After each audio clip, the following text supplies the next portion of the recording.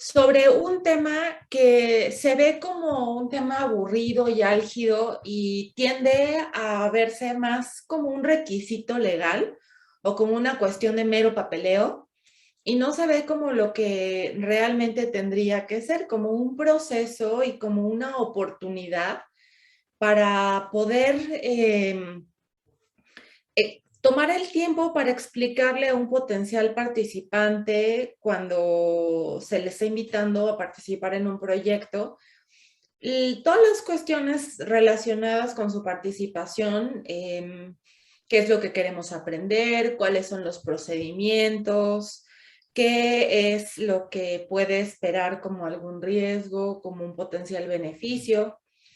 Y bueno, pues en la charla de hoy mi objetivo es platicarles un poco sobre cómo debería de ser este proceso y pues tenemos que, no podemos olvidarnos de la parte de la regulación y lo que se viene, lo que viene en los documentos tanto nacionales como internacionales para, tomarlo como referente en cuanto a la información que se tiene que brindar. Muy bien, bueno, lo primero es que les voy a platicar sobre el reglamento de la Ley General de Salud, ¡ay! Me adelanté.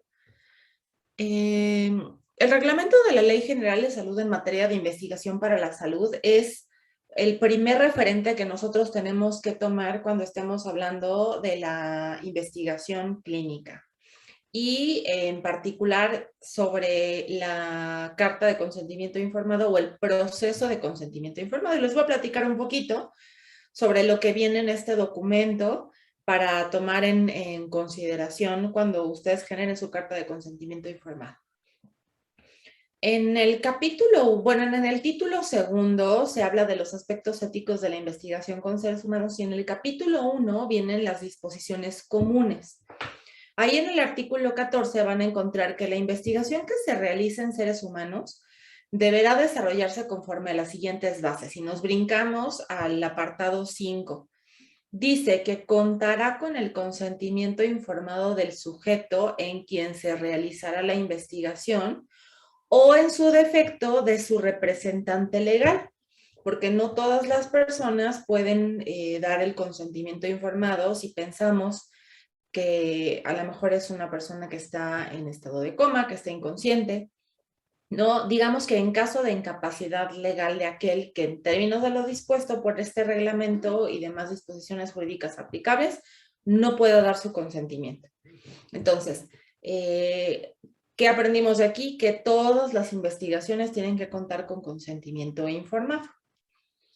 El artículo 20 de este mismo reglamento nos dice que se entiende por consentimiento informado el acuerdo por escrito mediante el cual el sujeto de investigación, o en su caso su representante legal, autoriza su participación en la investigación. Y esto es con pleno conocimiento de la naturaleza de los procedimientos y de los riesgos a los que se someterá y con la capacidad de libre elección y sin coacción alguna. Esto se lee muy fácil en un parrafito, pero es una cuestión sumamente complicada. Tenemos que leer más allá de lo que viene aquí y no entenderlo, como dice el artículo 20, como un acuerdo por escrito, sino que el consentimiento informado es más allá que esto. Es un proceso y es una cuestión además dinámica en donde un consentimiento informado puede cambiar a lo largo del tiempo, especialmente si estamos hablando de estudios longitudinales. La capacidad de decisión de las personas puede cambiar, su opinión puede cambiar y no es algo que se tome una sola vez en la vida y es como si tuvieran firmado un cheque en blanco y puedas continuar siempre con la investigación, sino hay que reobtener ese consentimiento informado conforme se vaya necesitando si es que cambian las condiciones de los participantes.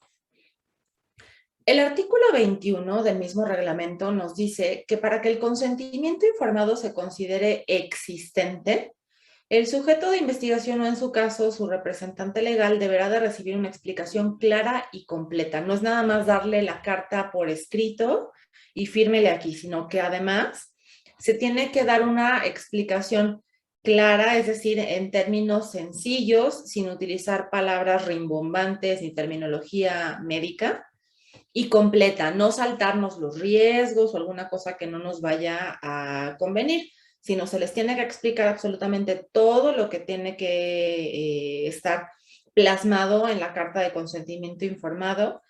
Y estos puntos que tienen que venir en el consentimiento informado son por lo menos los que les voy a mencionar ahorita. El punto número 1 es la justificación y los objetivos de la investigación. Es decir, ¿qué es lo que pretendemos lograr con esta investigación y por qué es necesario buscar este conocimiento? ¿Por qué es importante realizar esta investigación para generar ese conocimiento que nosotros queremos lograr obtener? En segundo lugar, tenemos que explicar los procedimientos que vayan a utilizarse y su propósito, incluyendo la identificación de los procedimientos que son experimentales. Dentro de un proyecto de investigación puede haber procedimientos que sean diagnósticos o que sean pues nada más la recolección de algún dato, pero no se esté aplicando ningún proceso experimental. Se tiene que explicar muy bien qué es experimental, qué no es experimental. Y en cuanto a los procedimientos, hay que explicarlos con todo detalle, incluyendo cuánto tiempo se van a tardar, por ejemplo, en realizarse estos estudios. A lo mejor, si es que generan alguna molestia, como que tenga que quitarse la ropa, ponerse una bata y estar en alguna habitación fría. Si, digamos, les van a hacer una resonancia, una tomografía, pues explicarles de qué se trata, sobre todo porque pueden existir personas que tengan claustrofobia, que el ruido les moleste, y todos los procedimientos deben de venir bien explicados en cuanto a qué es lo que se va a hacer y cuánto tiempo se van a tardar, además, pues de explicarlos de una forma sencilla para que las personas comprendan. Se tienen que decir las molestias o los riesgos esperados, como se los acabo de mencionar. No es nada más el riesgo de daño, ¿no? Es posible que te quede un moretón o alguna cosa, sino las molestias como frío, el ruido, el tiempo de espera, todo eso también es muy importante mencionar. Se tiene que explicar los beneficios que pudieran obtenerse y esto es algo muy interesante y suele ser pues todo un debate, ¿no? Cuando uno está explicando este tema. Porque la mayoría de las investigaciones que vamos a realizar son investigaciones observacionales. Y uno se preguntaría, pues, ¿qué beneficio puedo yo ofrecer en una investigación que es observacional? En donde a lo mejor solamente voy a recolectar los datos de ¿qué será? Peso, estatura, evolución de la enfermedad, fármacos que está consumiendo, comorbilidades, cualquier lista de variables que yo necesite recolectar para mi análisis, pues muchas de las personas no necesariamente se van a beneficiar de que yo recolecte esos datos. Es perfectamente válido decir que el participante no recibirá ningún beneficio directo por su participación en la investigación. Eso se vale y no tiene ningún problema siempre y cuando no existan tampoco riesgos que sean relevantes. Porque una investigación que es riesgosa pero que no ofrece ningún beneficio, pues no puede ser considerada como una investigación ética. Se les tiene que explicar que los procedimientos alternativos, se les tiene que explicar los procedimientos alternativos que pudieran ser ventajosos para el sujeto. ¿Esto qué significa? Si existen algunas alternativas de tratamiento o no necesariamente de tratamiento, ¿no? La alternativa de no participar en el estudio, que quede muy claro que la investigación es voluntaria y ahí tiene alternativas. Y en el caso de un ensayo clínico en donde se está probando una terapia o un tratamiento, pues se les debe de explicar a las personas que además del ensayo clínico en el cual recibirían un tratamiento, pues hay otras opciones, ¿no? Su médico tratante podría ofrecerle pues tales alternativas y es su decisión si quiere recibir tratamiento en el marco de este ensayo clínico. Se les tiene que explicar la garantía de recibir respuesta a cualquier pregunta y aclaración a cualquier duda que ellos tengan con respecto a los procedimientos, a los riesgos, a los beneficios o a cualquier otro asunto relacionado con la investigación y con el tratamiento del sujeto. Es decir, por escrito se le dice que se le va a proporcionar respuesta a cualquier pregunta o aclaración. También se les tiene que explicar que tienen libertad de retirar su consentimiento en cualquier momento y dejar de participar en el estudio si así lo desean, sin que eso tenga ninguna repercusión, ¿no? Eso no va a repercutir en su tratamiento, no se van a crear prejuicios en su contra, no se va a modificar el cuidado que está recibiendo esa persona. Y si decide no entrar o si decide una vez que ya aceptó entrar en la investigación, después retirarse, se vale y no hay ningún problema. Se le tiene que explicar que o se le tiene que dar la seguridad de que no se le identificará y que se mantendrá la confidencialidad de su información.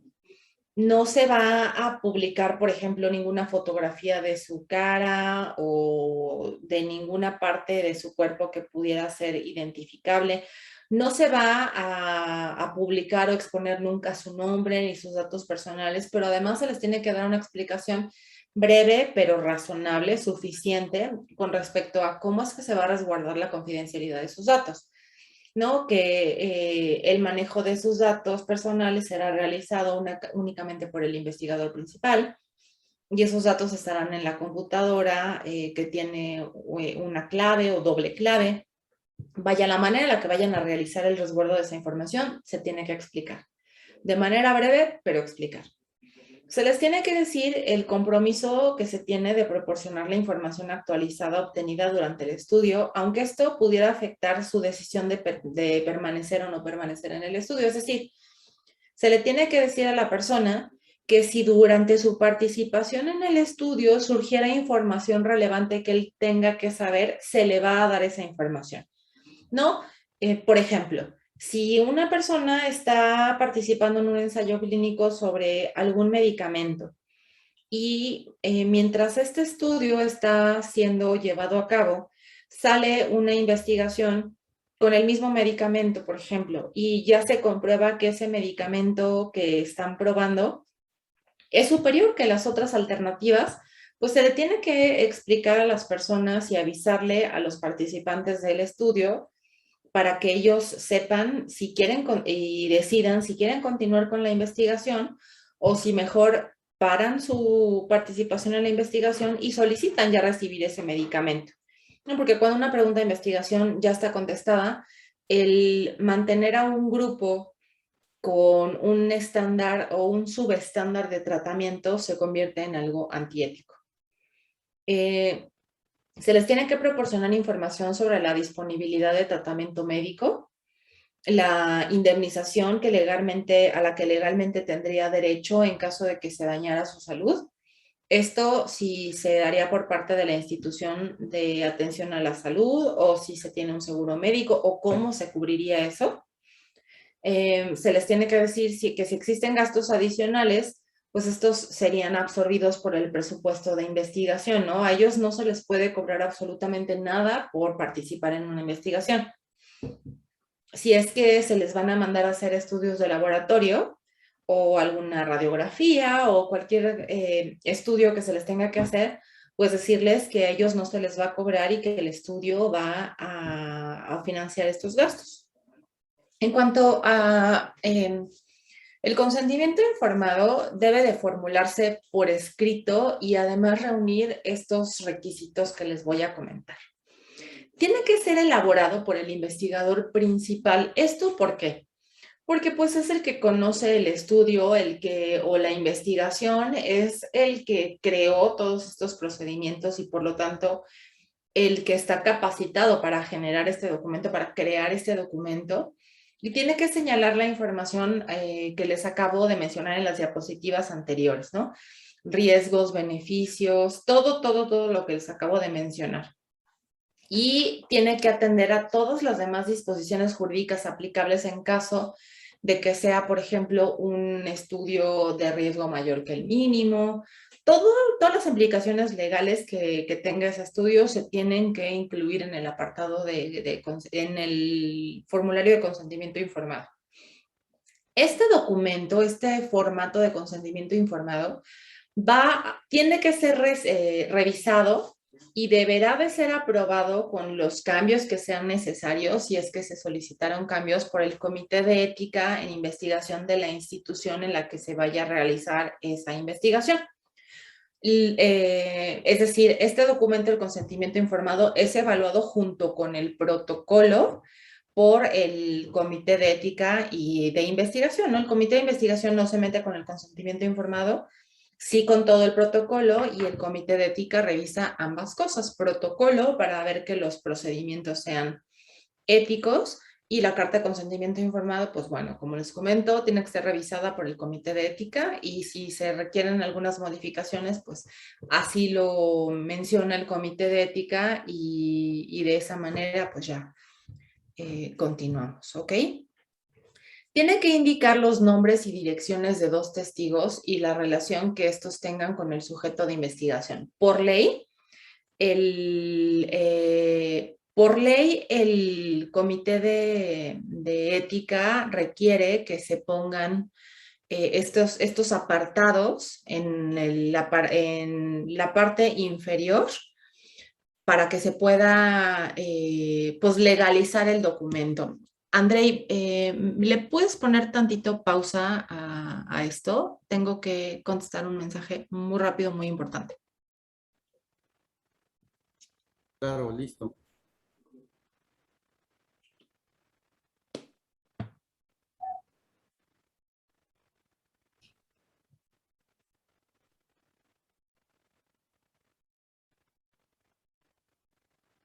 Aprovecho para comentarles que lo que ustedes está siguiendo la grabación. Estoy tomando unos apuntes, y se va a quedar grabado para que revisen la sesión completa. Yo creo que hay muchos términos que, aprovechando que está Marce con nosotros, vamos a pedirle de revisar, ¿no? Estas son las dudas que yo quisiera expresar a Marce una vez que complete su participación, porque creo que hay términos que, aunque están enunciados en la ley general, están enunciados en los manuales de elaboración de consentimientos, desde mi perspectiva hay cosas que son interpretables, y por eso es que uno dice, no, sí, ya, es libre elección, no hay coacción.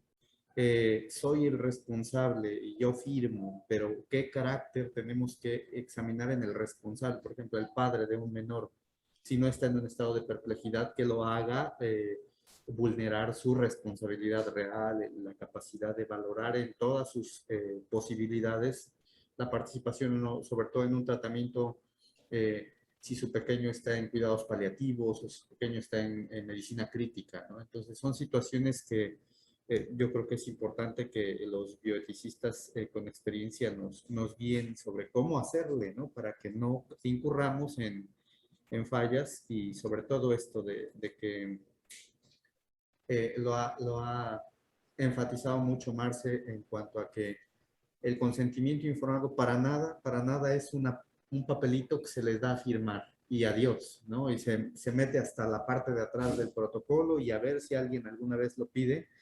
Pero el enfoque definitivamente es que esto se convierta en una mesa de discusión, de análisis continuo de la información, del cómo vas, del qué necesitas, del cómo te sientes. Y bueno, yo creo que son términos que sí valdrá la pena retomar ahorita, aprovechando que están ya ustedes aquí, ya tenemos a alguien en línea también. ¿Ustedes han participado como sujetos de investigación? Doctor Luis, doctora Stephanie. No. ¿No? ¿Ustedes han presentado a un sujeto de investigación su consentimiento informado? No. Doctora Steffi, ¿está con nosotros? Doctor Luis, somos reales, existimos. Porque yo creo que eso también pasa, ¿no? Todo esto podría igual parecer muy bien establecido, súper detallado, sin ninguna pérdida de posibles informaciones o huecos en los posibles escenarios, en cómo actuar en los distintos escenarios. Y bueno, es justamente lo que tenemos que ir aclarando ahora, ¿no? Eh, incluso hasta el escenario en el que se presenta un consentimiento.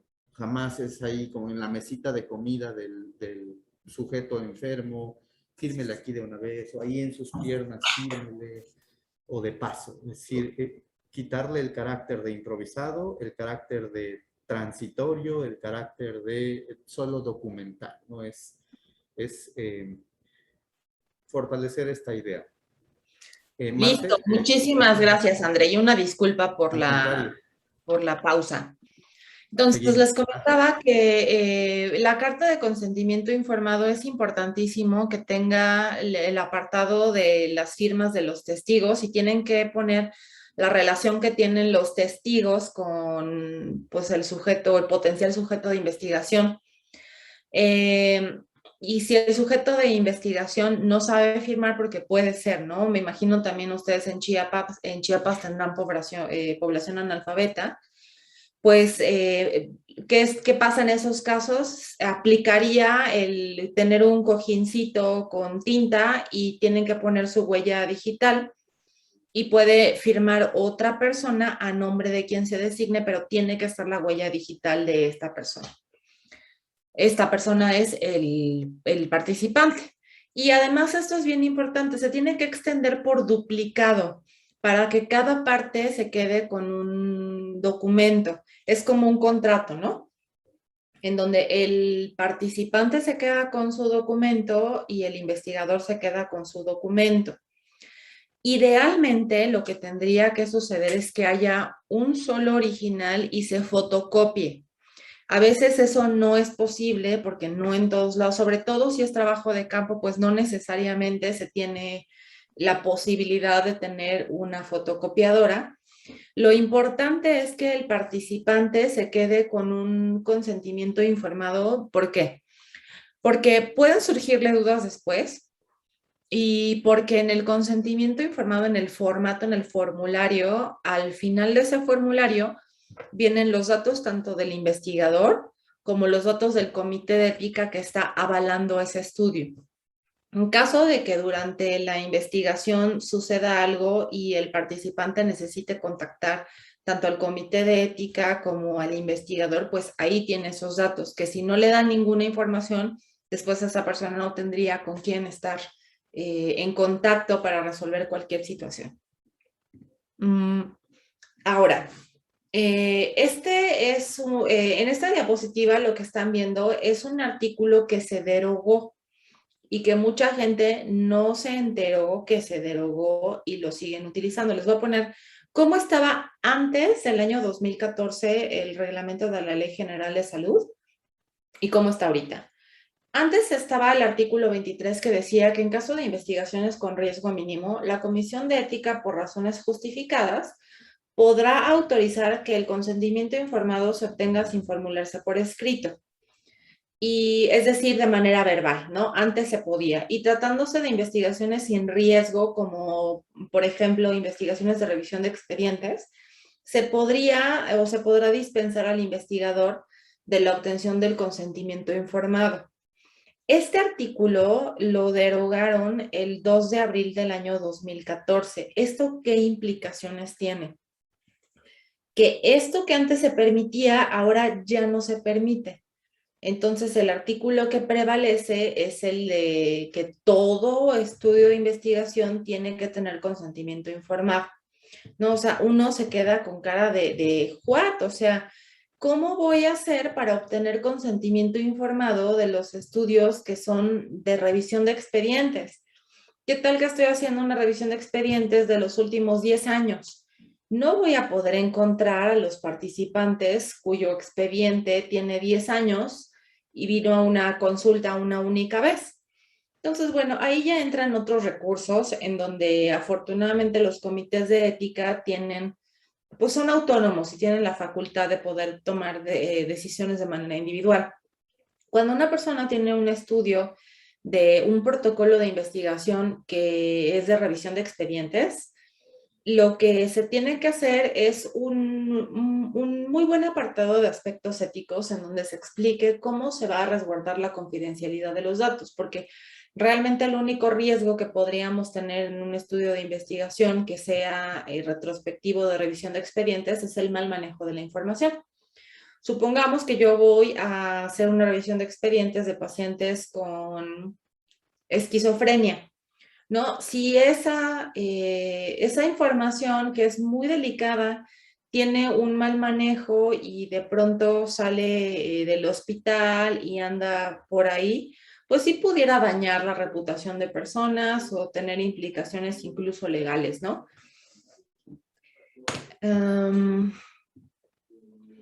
Luego, el artículo 24 dice, si existiera algún tipo de dependencia, ascendencia o subordinación del sujeto de investigación hacia el investigador que le impida otorgar libremente su consentimiento, este debe de ser obtenido por otro miembro del equipo de investigación completamente independiente de la relación investigador-sujeto. Esto, pues, ¿en qué se traduce? Pensemos en la vida real cuando ustedes quieran hacer una investigación y quieran invitar a sus propios pacientes. Todos ustedes conocen lo especial y lo importante de la relación médico-paciente y la figura de autoridad que, que es para las personas y para los pacientes su médico. Cuando su médico tratante les invita a participar a un estudio de investigación, es muy difícil que una persona se niegue a entrar a esa investigación porque hay una relación de dependencia hacia esa figura del médico muy importante. Relacionan al médico como pues la persona que le procura la salud, que está llevando su tratamiento. Entonces, si mi médico me está invitando a participar en este proyecto de investigación, muy difícilmente se puede tener una decisión libre de presiones o completamente voluntaria porque ya está sesgado ahí la manera en la que se va a entender ese estudio de investigación. Entonces, vale la pena que si ustedes quieren hacer una investigación con sus pacientes, no sean ustedes quienes pidan el consentimiento informado. La investigación es un proceso colaborativo. Difícilmente una sola persona va a hacer todo en una investigación. No debería de ser así. ¿Cuándo han visto ustedes una investigación publicada en una revista, ¿no? Llámese el JAMA, Nature, en donde el investigador principal sea el único autor. No, la investigación es colaborativa y se tiene que tener un grupo. Entonces, si van a tener una investigación con sus pacientes, pues necesitan tener la colaboración de alguien más, especialmente para la parte del consentimiento informado, porque puede ser muy problemático que el médico tratante sea quien solicite el consentimiento informado. Ahora, hay otro apartado del reglamento de la Ley General de Salud en materia de investigación que viene en el capítulo 2 sobre la investigación en comunidades. Este artículo 29 nos dice que en las investigaciones en comunidades, el investigador principal deberá obtener la aprobación de las autoridades de salud y de otras autoridades civiles de la comunidad a estudiar. O sea, antes de abordar directamente a las personas, a los potenciales participantes, se tiene que trabajar y obtener el consentimiento de los líderes o de las personas que son los que gobiernan, los líderes de opinión de esa población. No podemos nada más llegar y entrar a una comunidad porque ese estudio está destinado al fracaso. Además de que se tiene que obtener, o sea, además de tener una aprobación de las autoridades de la comunidad, no, o sea, no eso es suficiente. Se tiene que además tener el consentimiento informado individual. Para cada uno de los participantes se tiene que hacer el proceso de consentimiento informado, explicar todos los procedimientos, riesgos, beneficios, etcétera, etcétera, y hacer todo lo que ya mencionamos en las diapositivas anteriores. y se les tiene que dar a conocer la información que se refiere a los artículos 21 y 22 del reglamento que ya les acabo de mencionar. Me imagino que allá en Chiapas se podría hacer investigación en comunidades, ¿no? Debe de haber comunidades, pues, pues, chiquitas, ¿no? Pueblitos, lugares así en donde podría realizarse investigación sobre salud, en donde no deberían de llegar nada más a abordar a las personas, a los pobladores, sino que se tendría que buscar, pues, por ejemplo, al presidente municipal para ver la posibilidad de hacer ese estudio ahí en esa comunidad. Y si tienen, no sé si, por ejemplo, es muy importante el sacerdote o, no sé, el chamán, quien sea que tenga mucha autoridad sobre el pueblo o sobre la comunidad, se tiene que acercar a estas comunidades el investigador de esta manera primero y después abordar a los potenciales participantes. En cuanto a la investigación en menores de edad o personas incapaces, así lo menciona el reglamento, tenemos el artículo 36 y el artículo 36 menciona que para la realización de investigaciones en menores o incapaces deberá en todo caso obtenerse el escrito de consentimiento informado de quienes ejercen la patria potestad o la representación legal del menor o de la persona que se le considere incapaz de la que estemos hablando. Y cuando dos personas ejerzan la patria potestad de un menor, solo será admisible el consentimiento de una de ellas si existe imposibilidad fehaciente o manifiesta de la otra para proporcionarlo, o en caso de riesgo inminente para la salud o la vida del menor o incapaz. Es decir, traducción. Cuando los papás, ambos papás tienen la patria potestad de un menor, no puede solamente firmar un papá. O sea, no puede solamente firmar la mamá o solamente firmar el papá y confirmar, digo, o consentir con todas las de la ley, sino que tienen que estar las dos firmas. Pero esto tiene algunas excepciones, ¿no? Cuando es un estudio que pudiera ser muy beneficioso y no está el otro papá en el momento, bueno, pues en ese momento se podría hacer esa excepción. O de plano, pues a lo mejor tienen la patria potestad los dos papás, pero pues el papá se perdió hace 2 años, no han vuelto a saber de él, fue por cigarros y pues no hay manera de localizarlo. Luego, el artículo 43 nos dice que para realizar investigaciones en mujeres embarazadas durante el trabajo de parto, puerperio y lactancia, en nacimientos vivos o muertos, de la utilización de embriones, óvitos o fetos y para la fertilización asistida, se requiere tener la carta de consentimiento informado de la mujer y de su cónyuge o concubinario, de acuerdo a lo estipulado en los artículos 21 y 22 de este reglamento, previa información de todos los riesgos posibles para el embrión, feto recién nacido en su caso, ¿no? Entonces, como una mujer embarazada, pues está embarazada de un producto que es producto, valga la redundancia, de papá y mamá, pues se le tiene que tomar en consideración al papá, ¿no? Y lo mismo por puerperio y lactancia cuando tenga que ver con el bebé, se tiene que tomar en consideración la opinión del papá. Ahí no puede decidir solo la mamá. Bueno, a menos de que no haya papá, ¿no? El consentimiento del cónyuge o concubinario solo podrá dispensarse en caso de incapacidad o imposibilidad fehaciente o manifiesta para proporcionarlo. Concubinario, cuando exista riesgo para la salud de la mujer, embrión, feto recién nacido, igual que con los niños. Si no está presente el papá del bebé, del feto, si ya nació el bebé, si es feto todavía, en caso de que sea algo pues potencialmente beneficioso que pudiera salvarle al producto, pero de manera ahorita de obtenimiento solo en ese caso se te requisito y con el consejo de la mamá sería suficiente. El 49 nos dice que el consentimiento informado para investigaciones debe obtenerse igual y antes de que eso, y debiendo señalar expresamente que el consentimiento puede ser retirado en cualquier cualquier momento. Es correcto, cuando la mujer ya está en trabajo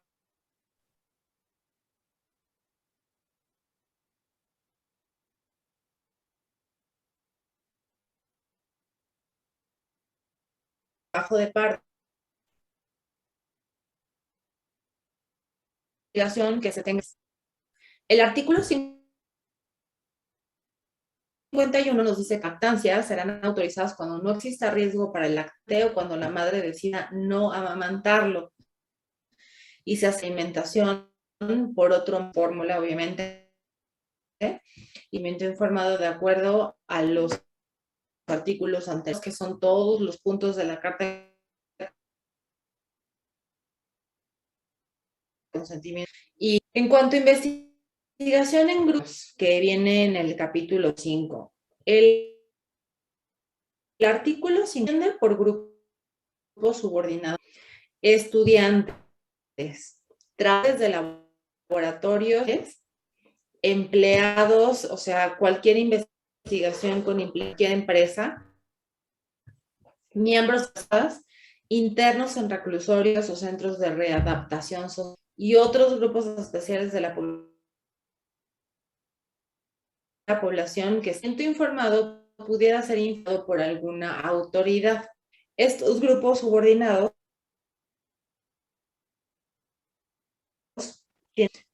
entonces el artículo 58 nos dice que cuando se realicen investigaciones en grupos subordinados, los representantes del núcleo afectado de las personas usuarias que participen en el comité de ética en investigación, en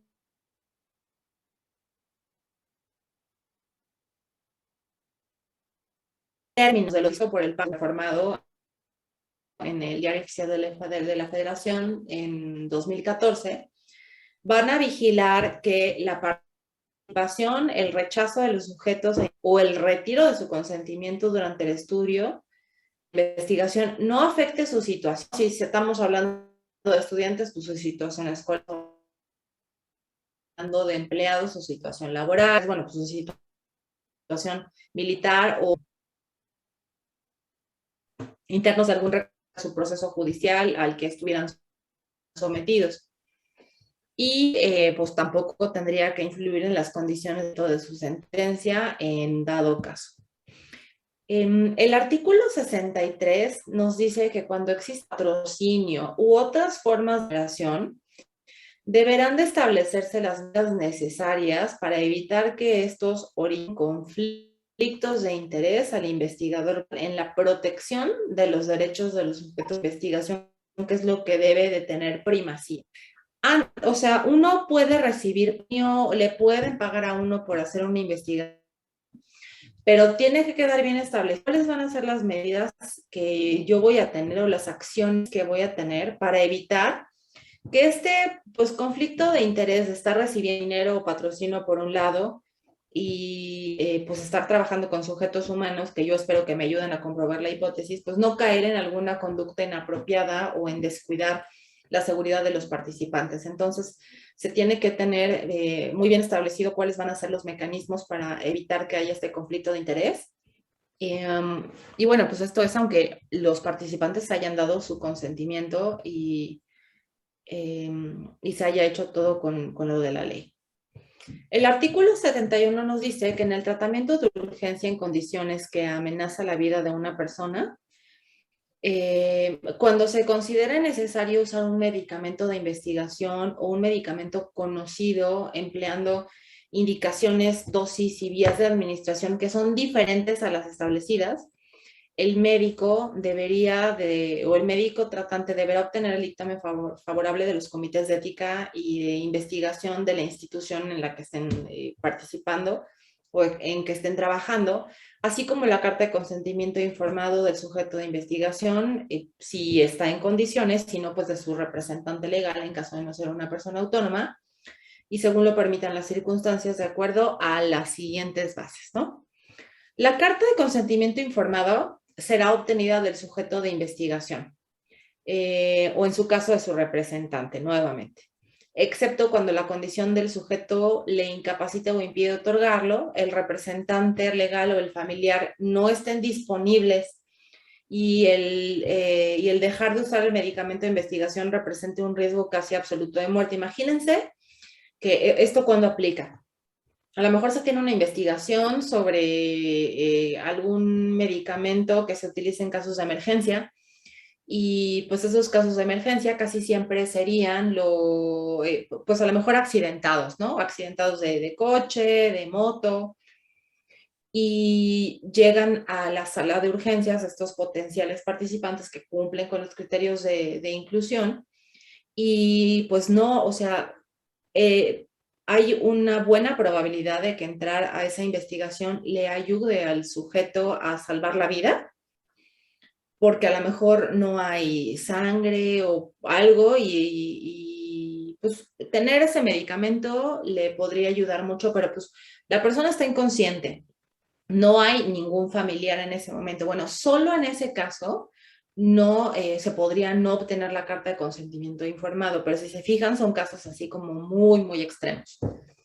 El artículo 109 nos dice que el Comité de Ética en Investigación va a evaluar y dictaminar los protocolos de investigación en seres humanos, formulando las recomendaciones de carácter ético procedentes, para lo cual revisará los riesgos y los beneficios de la investigación, va a evaluar, además de esto, la carta de consentimiento informado del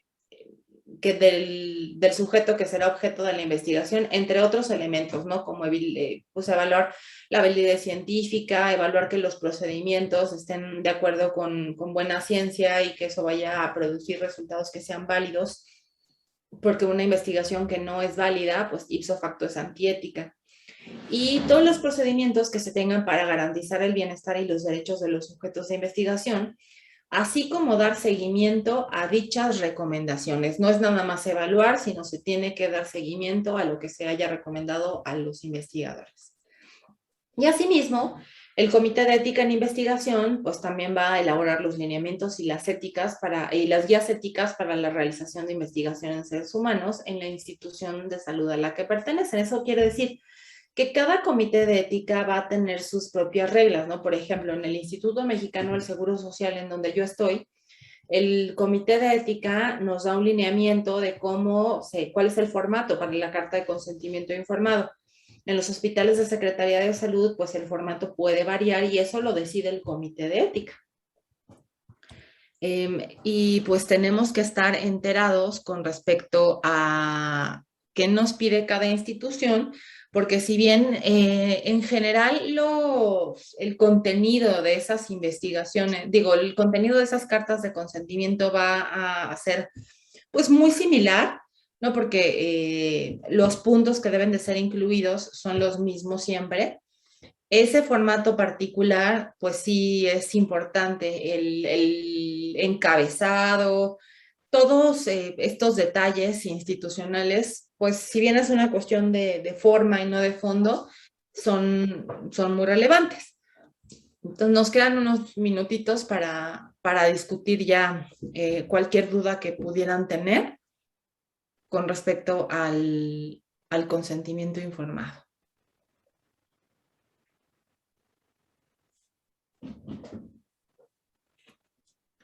¿Cuándo marcar?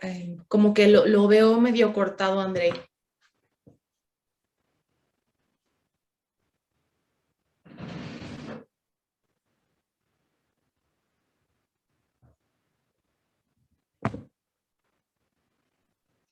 ¿No te escuchas, Marce? Ahora sí ya te escucho, sí. Doctor Luis tiene una duda. Sí, buenas tardes, doctora. Cuando estábamos hablando acerca de si es ético o no tratar a los pacientes que nosotros estamos viendo directamente, que digamos que su tratamiento depende de nosotros, ¿se considera no ético el pedirles, el que nosotros les pidamos que participen en el proyecto y que nosotros les pidamos el consentimiento o que sean incluidos o que nosotros consideremos incluirlos? No, lo que no es lo más adecuado es que sea el tratante, el médico tratante, el que solicite el consentimiento informado. Sí pueden formar parte de la investigación, pero si es el médico tratante el que pide el consentimiento informado, eso podría tener una influencia indebida, ¿no? Los pacientes, que en este caso queremos que sean participantes de una investigación, pues se sentirían obligados a participar en este proyecto de investigación. Entonces, sí pueden incluirse e invitarse a los pacientes. De hecho, es deseable en términos de justicia. Todos los participantes que cumplan con, o los potenciales participantes que cumplan con los criterios de selección, tendrían que tener la oportunidad de participar en esa investigación. No, lo problemático sería más bien el que la persona no tuviera la libertad de decidir porque siente un compromiso hacia su médico o porque pues simplemente no es muy fácil separar la figura del médico y del investigador. La persona lo ve como uno solo y no le va a decir que no a su médico a nada. Marce, en función de esto, ¿cuándo sería momento para marcar ese límite? Porque bueno, en el proyecto que llevé pasó eso, ¿no? No hay nadie más que les hubiera podido presentar el proyecto y tal cual lo dices, lo ideal es que sea un equipo colaborativo, pero si existe un momento en el que en verdad no hay otra persona que conozca o pueda explicar el proyecto o simplemente que no esté presente para el momento de poder reclutarlo, ¿sugieres algún punto en donde uno definitivamente no se permita participar? Porque sin duda pasa esto, que lo identifican como, bueno, ni modo que André quiera hacerme daño, ¿no? Entonces, pues sí le voy a entrar, aunque yo esté siendo parcial y teniendo el interés de que participen, ¿no? Con cierto Sí, estado de entiendo. perplejidad. Sí, entiendo el punto y en ese caso lo que yo recomendaría es tomar el tiempo suficiente para, uno, para indagar qué tan clara tiene la persona que tenemos enfrente esta diferencia entre lo que forma parte de su tratamiento habitual y lo que forma parte de los procesos de investigación. Porque hay un concepto que se llama equívoco terapéutico, o en inglés lo pueden encontrar como therapeutic misconception. Justo lo que queremos evitar es que la persona confunda el proceso de investigación o el confunda el que yo esté haciendo investigación y contestando una pregunta de investigación con el procedimiento clínico de todos los días.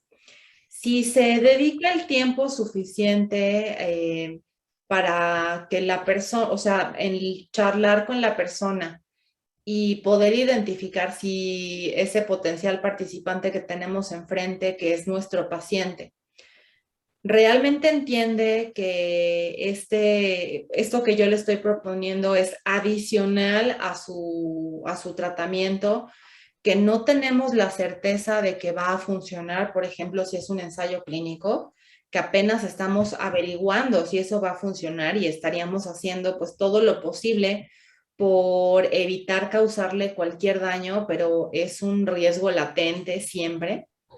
El, o sea, mientras dejemos las cosas bien claras y nos aseguremos de que la persona entiende la diferencia entre la práctica clínica y la investigación, sería pues el camino más seguro.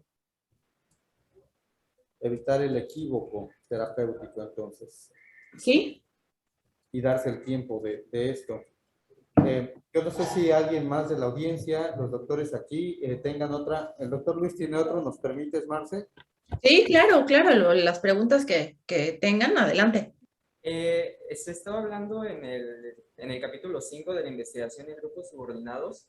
En este caso, por ejemplo, yo igual en algún momento consideré que en Chiapas tenemos un centro de tratamiento y rehabilitación a las adicciones.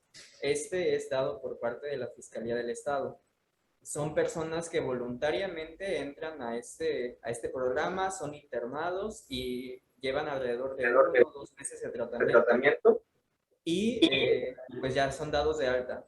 Pero, por ejemplo, suponiendo que lo que yo en algún momento pensé, con ellos llevar algún estudio en el que se pueda analizar y verificar que al momento del inicio del tratamiento y al momento de salida, si la terapéutica fue funcional si de verdad tuvieron algún beneficio en el que dijeran que pues se encuentran recuperados, en vías de recuperación, que entraron con unas expectativas y salieron con lo necesario. En ese caso, para poder solicitar el consentimiento informado, se tiene que tomar individual de cada paciente y también desde el área, o sea, desde el más alto nivel que se tenga, o hay... Todas las anteriores. Se tiene que buscar a las autoridades del lugar porque se tiene que tener apoyo institucional. Uno no puede nada más entrar a un lugar por sus pantalones y empezar a hacer una investigación. Tenemos que contar con la autorización del director de la clínica o de, no sé, la persona que sea la cabeza del lugar, y me imagino que también habrá alguien que esté relacionado como con relaciones públicas, no sé, habría que ir directamente allá al centro para ver de qué autoridades se requeriría el consentimiento informado, no consentimiento informado, la autorización o tener como el antecedente de no inconveniente de que ahí se vaya a realizar esa investigación, y adicionalmente se tendría que obtener el consentimiento informado de cada una de las personas que esté internada ahí, todas las personas que estén internadas que cumplan con los criterios de selección, que pues bien podrían ser todas, ¿no? A menos de que a lo mejor pues te interesara algún grupo en particular. Y ahí lo que sería relevante es que les quedara claro que es una cuestión opcional, que si deciden no participar, pues no es que los vayan a correr de ahí del centro o que vayan a tener alguna repercusión, ¿no? Que les quedara claro que tú eres punto y aparte de su tratamiento o de su programa de que será readaptación o de rehabilitación o como le llamen, y con eso estarías pues realizando las cosas con todas las normas éticas y las de la ley. Y los, doctora, por favor. Sí, buenas tardes, doctora. Bueno, también me Hola. gustaría acerca de, cuando usted habla sobre que pues, un estudio debe llevar un consentimiento informado y hacía el ejemplo de los estudios que son retrospectivos. En este caso, por ejemplo, el mío es retrospectivo de años, por ejemplo, del 2000 al 2018, pero eso de personas pues, que ya fallecieron. Entonces, en ese caso, cuando hablaba usted del apartado de aspectos confidenciales, en este caso que ya son personas que ya fallecieron, ¿cómo, o sea, cómo se lleva a cabo lo del consentimiento informado? En este caso, lo que se tiene que hacer es, en el desarrollo del protocolo, en el apartado de aspectos éticos, escribir cómo se resguardará la información personal o decir que no se van a recabar datos de, vaya, identificadores o información personal de los pacientes, y se solicita al comité de ética que se exima de obtener consentimiento informado por ser impracticable. Al ser impracticable, pues si nos obligan a obtener el consentimiento informado, se pone en riesgo. Un estudio no sirve de absolutamente nada. Un estudio sesgado no nos sirve de nada. Marce, Al comité un poco de ética. Último, Sí, lo último, no sé si podía repetir. por favor. Claro. La última oración. Les decía que se pide al comité de... ¿No me oyen? Cerré el video porque llega un poco interferencia. A ver, ahí les va. Que cuando tenemos esta parte del consentimiento informado en estudios retrospectivos, o sea, la ley nos dice que lo tendríamos que pedir. Lo que aplica ya de una manera pragmática es solicitar al comité de ética en el apartado de aspectos éticos. Se pide al comité de ética que nos eximan de obtener este consentimiento informado, toda vez que es impracticable, ya que no se podría obtener el consentimiento informado de los tantos años atrás, y eso, la obligación de obtener el consentimiento informado invalidaría el estudio, porque habría mucho sesgo, ¿no? Nos quedaría una opción sumamente seleccionada, los que serían los menos. Y un estudio que tiene sesgos se invalida científicamente. Eso es lo problemático. Entonces hay que, vaya, se resuelve diciendo al comité de ética que no es impracticable el consentimiento informado. Se haría el estudio, toda vez que no es posible obtener el consentimiento de todos, entonces solo se podría obtener de unos dos y eso no nos sirve de nada. Y se explica con todo detalle cómo se resguardará la confidencialidad de los datos personales. O inclusive se explica que no se va a recabar ningún dato clínico, pero no se pone nombre completo ni nada, ningún identificador. Gracias. Veo que en el también hay, en caso de pacientes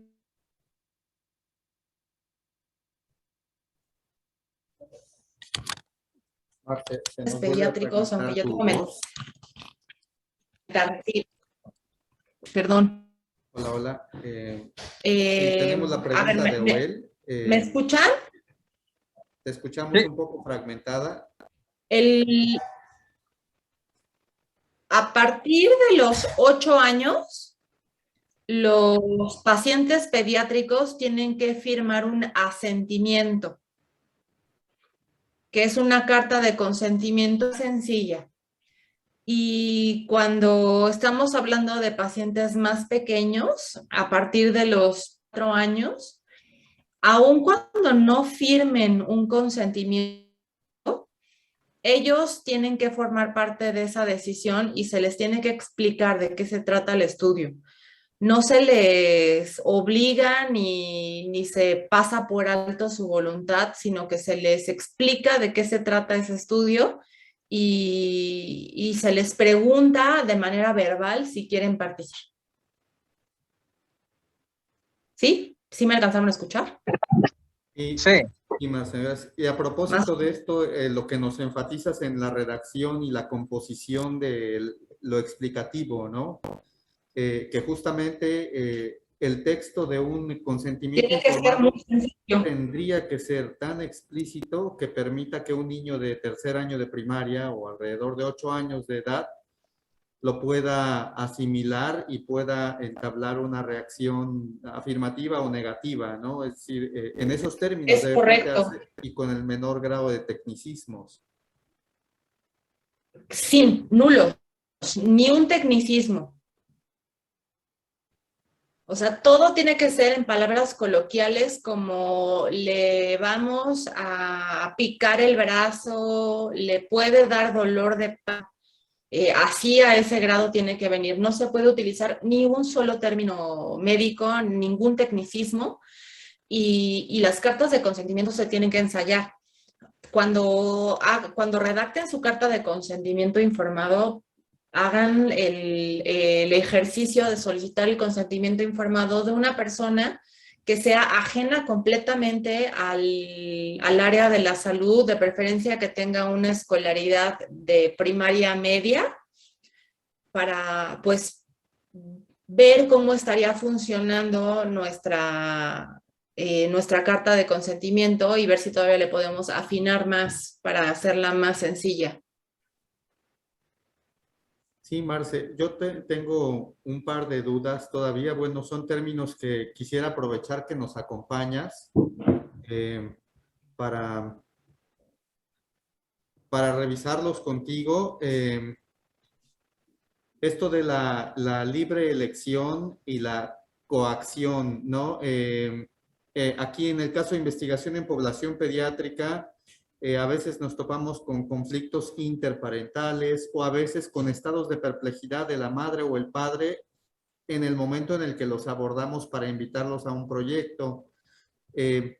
¿Sugieres algún acompañamiento de algún profesional, no sé, psicoterapeuta, que tenga que ser por regla incorporado o los simples términos del del documento de consentimiento deben ser justo tan explícitos que logren eludir esos estados de confusión o de perplejidad que pudieran obstaculizar tanto la aceptación como la negación de la Sí. participación por parte del cuidador.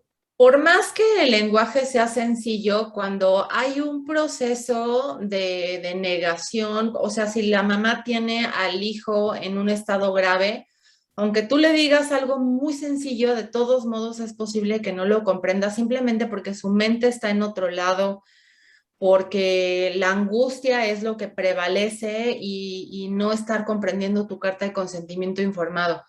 Entonces, claro que cuando estamos hablando de pacientes o de papás de pacientes que están pasando por un proceso de perplejidad o que están pasando por un proceso de, vaya, de negación o alguna cuestión psicológica que no permita tener eh, plena autonomía, si nos regresamos a lo que viene en el informe Belmont sobre el principio de respeto a la autonomía, lo que nosotros sabemos es que las personas que tengan autonomía disminuida por algún estado psicológico necesitan protecciones adicionales y esa protección adicional es el acompañamiento de alguien que tenga la capacidad o el entrenamiento para poder explicar esto en los términos,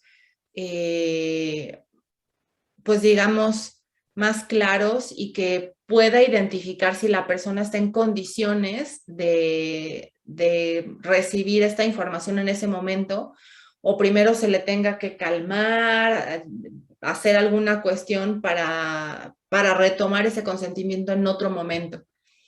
Porque si se le está solicitando el consentimiento informado en un momento que sea, pues, que esté la persona muy alterada, no es lo correcto éticamente. Ahora, lo de la libre voluntad es un tema muy complicado, porque tiene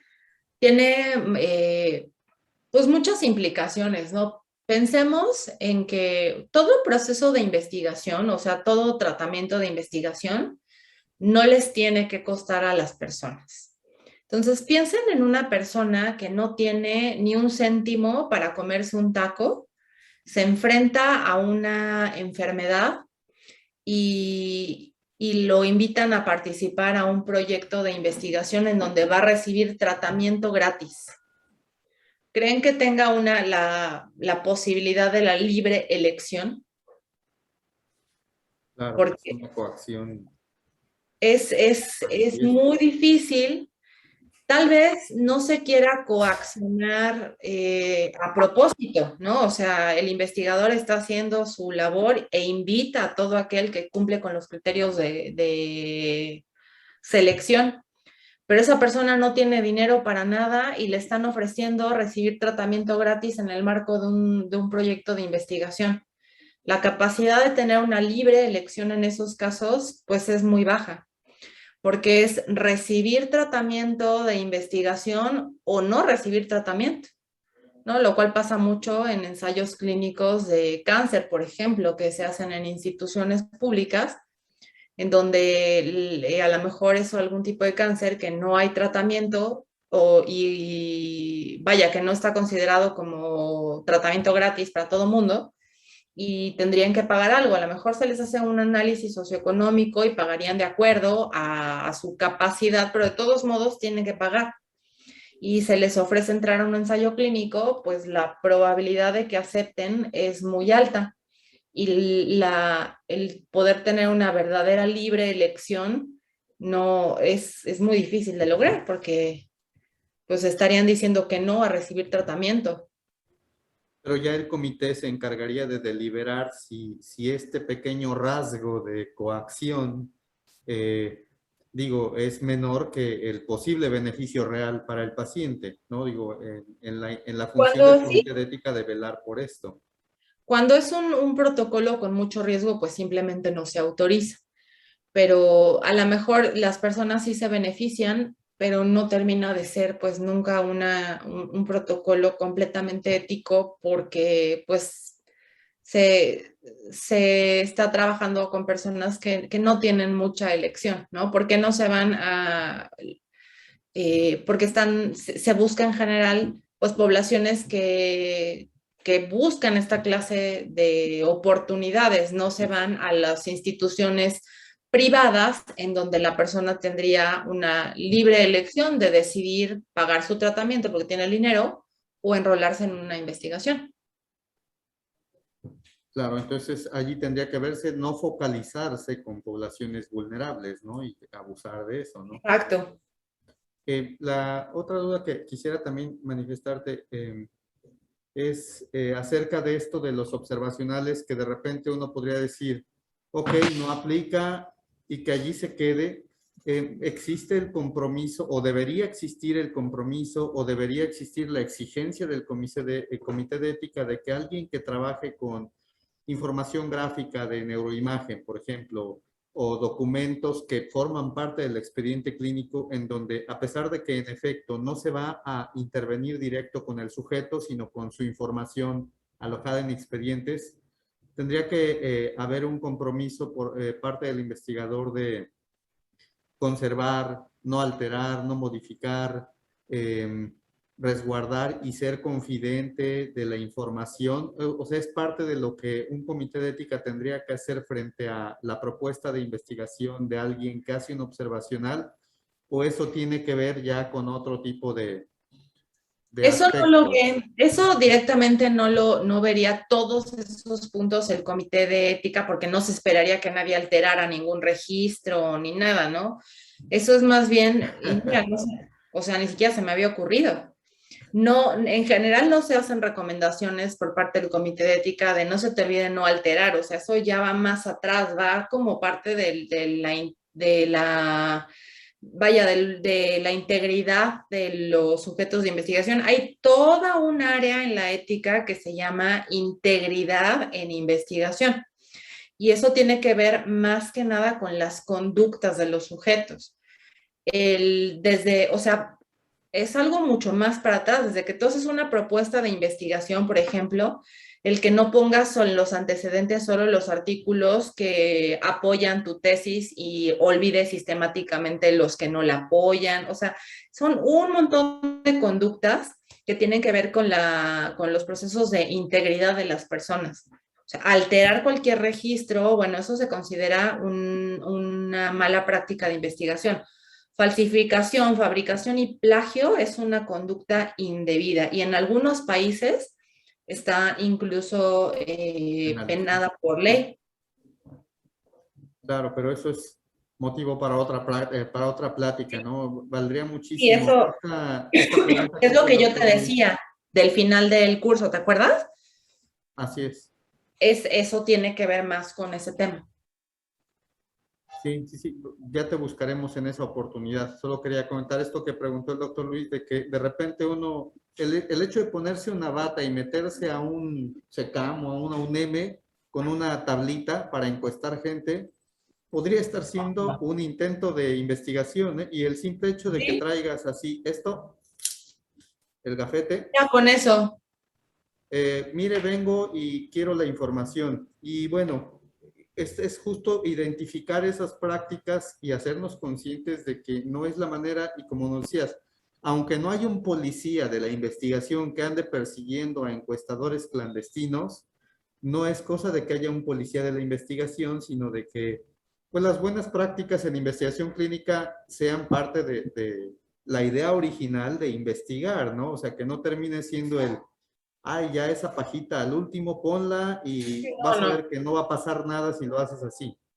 No, eso escapa toda ética y habla inclusive de la calidad moral de las personas de pasarse las reglas y las normas por el arco del triunfo. O sea, a toda vez sería completamente incorrecto realizar recolección de datos sin que nadie hubiera revisado previamente. Es o sea, de los puntos más importantes en cualquier documento de regulación ética.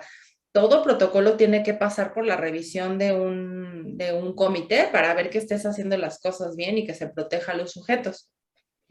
Así que sí, no, pues y además les voy a decir una cosa.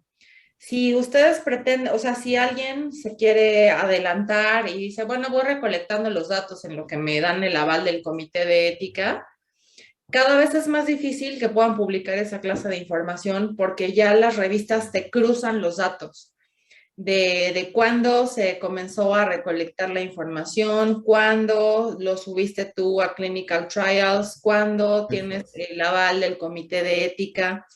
Y es un deber del investigador subir su protocolo a una base de datos pública, llámese Clinical Trials o la que quieran. Pero antes del reclutamiento del primer sujeto de investigación, tiene que estar arriba en una base de datos pública el protocolo de investigación. Así Entonces, sea observacional. así sea observacional, claro, sí, sí, sí, cualquier protocolo.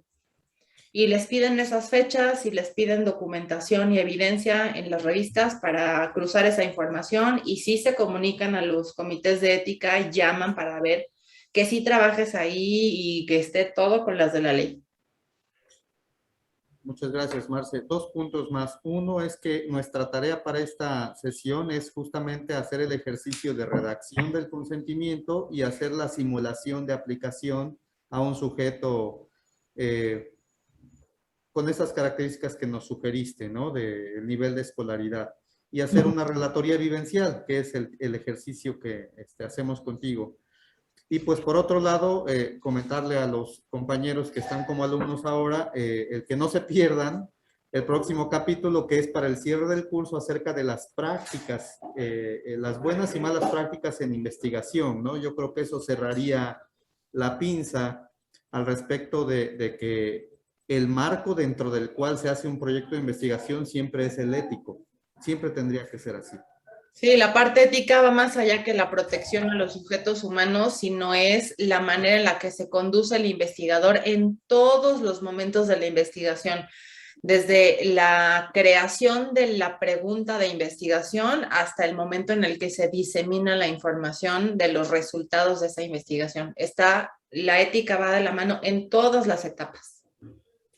Claro, es como la materia oscura. Sí, Marce. Pues si ya no hay más preguntas, doctores o él, te agradecemos muchísimo, Marce, y seguro que no nos vamos a perder el capítulo final.